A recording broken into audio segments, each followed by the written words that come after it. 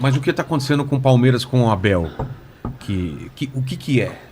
Trabalho? Ou com o Flamengo, com o que aconteceu com o Mister O Jorge Jesus? Tem alguma coisa diferente, não é possível, né? Mas o Flamengo...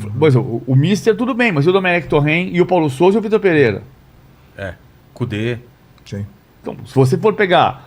Eu não tenho nada contra... O técnico não tem que ter nacionalidade, ele tem que ter qualidade. Exatamente. Competência, né? E o Abel, o que aconteceu? É uma liga que eu acho perfeita? Se o Abel caísse no Palmeiras de 2013, não tinha acontecido nada. Sério? Porque eu acho que tem muito a questão de você ter o cara certo, no lugar certo, na hora certa. O Abel é um grande técnico num clube que se transformou. Você vê que o Palmeiras se transformou em pequenas coisas. Tem o Jardim no clube, que tem os 6 bustos. Junqueira, Valdemar Fiume, Ademir da Guia, Dudu, Marcos e Oberdan.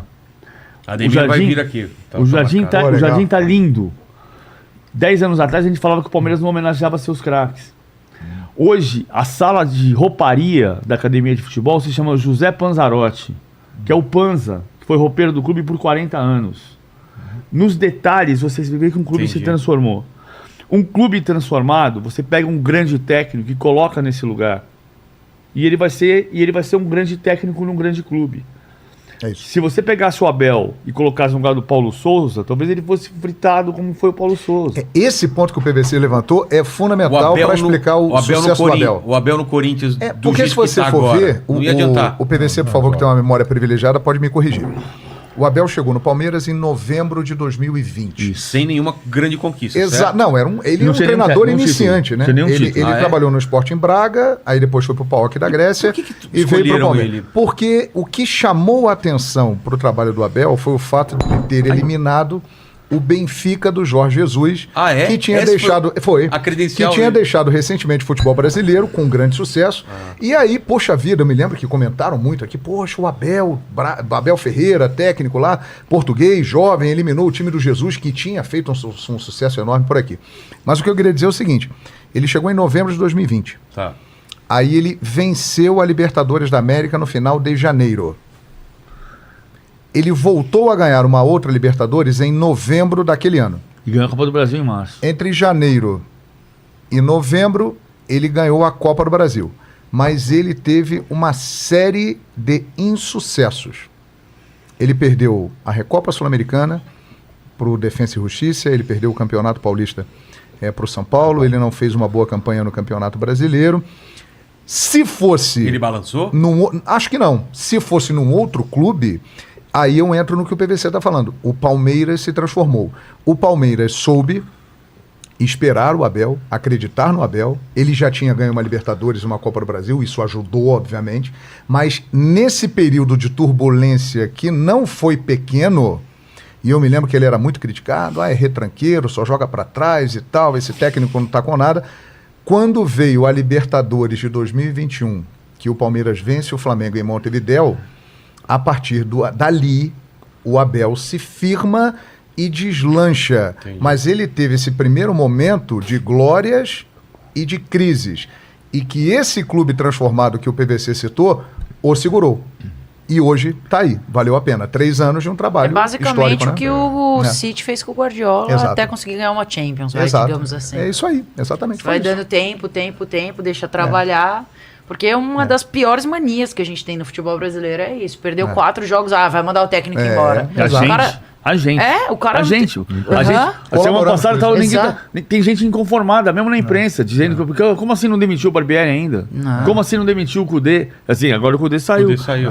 Isso passa muito por toda a estrutura. Torcida, dirigente, e as pessoas chamam de cultura do futebol brasileiro, e eu chamo de analfabetismo do futebol brasileiro. E tem a questão do encaixe de paixão e respeito também. Né? O Abel era a primeira opção de técnico a ser contratado pelo Palmeiras? Não era. Não era a primeira opção. Não quis vir. Não quis porque estava com outra proposta. Não, acho que ele estava fechado no Internacional. E o fato dele ter Durou 20 jogos no Inter. O fato dele ter conseguido um resultado importante numa Champions League eliminando um treinador que foi aquele que antes dele tinha feito o maior sucesso no futebol brasileiro, foi algo que chamou muita atenção. Deixa eu te contar com a E história aí ele veio... A história como se conta dentro da academia de futebol do Palmeiras. O Anderson Barros recebeu o Giuliano Bertolucci e o Bruno Macedo, e o Bruno Macedo, que eram 2 empresários de futebol, para conhecer a estrutura da academia de futebol.